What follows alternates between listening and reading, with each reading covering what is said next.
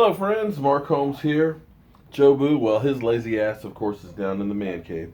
And as always, I want to thank you guys for watching, commenting, and subscribing to the Joe Boo Sports Report. Because without you guys, well, this just does not work. Now, I got to tell you, I'm done working for the day, and I'm actually doing some stuff for fun. This was a gift from a great fan out there. It's the movie Prop Pistol.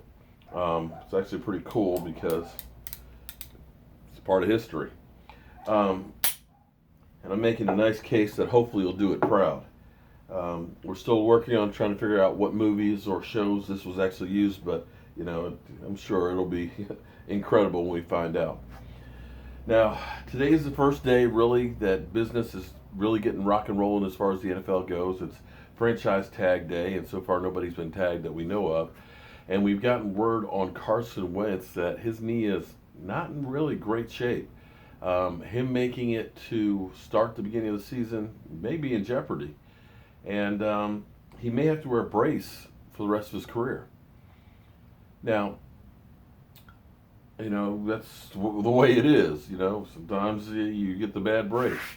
Now, Ron Jaworski, another former great Philadelphia Eagle player, is actually doing a whole lot of talking about Jason Garrett as well as Dak Prescott. And as far as Dak Prescott goes, he says, well, look, you got to understand, it's the sophomore slump.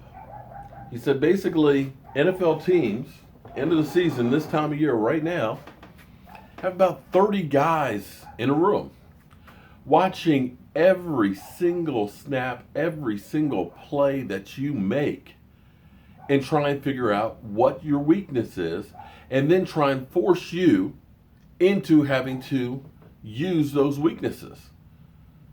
We famously saw RG3, especially after the knee injury, come back the second year where teams realize the way you stop the pistol offense is you knock the snot out of the quarterback and he'll think twice before running around that edge with the same ferocity.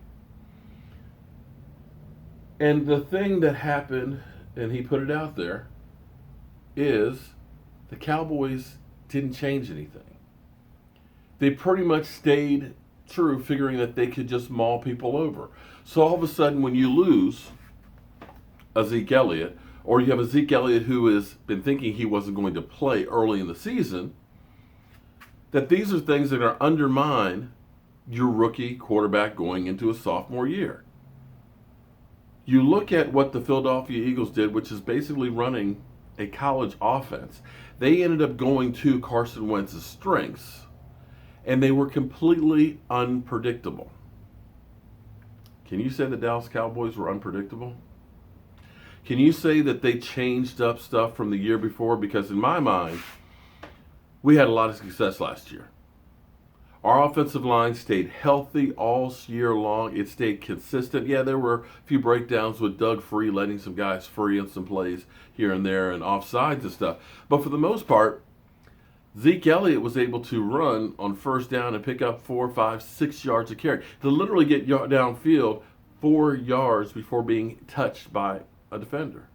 Well, teams took time to go ahead and realize, hey, let's not wait to get mauled. Let's put pressure in the backfield to make Zeke Elliott have to make a move. Don't make it easy for him. And by doing that, you change the scenario where it all of a sudden had to be Dak Prescott's arm. And with the lack of production with the wide receivers, with Dak Prescott having to do something different than what he did before, you saw the production go down. So it's not to say that Dak Prescott can't do things. It's part of the natural curve of football. There's a reason why they call it a sophomore slump. And the way you get out of this, of course, is better preparation, better offensive plan, and more practice. We'll have to wait and see if he's right and see if Dak Prescott can get it back. He believes that Dak Prescott will be okay next year. But it's going to take some coaching, it's going to take some work, and it's going to take some players stepping up. We'll have to wait and see. I know a lot of you guys are ready to say, throw the guy on out the door, but he now has 2 winning seasons under his belt, back to back. Only 18 interceptions in 2 seasons. 19 in 2 seasons. That's not bad. So we'll have to wait and see what happens next year, but I'm still on the Dak Prescott bus. Anyway, got to finish sanding this. Wife gets home, we're going to go for a little walk because, hey, need to get rid of some of this. I'm Mark Holmes, and I love staying busy. I'll see you guys soon.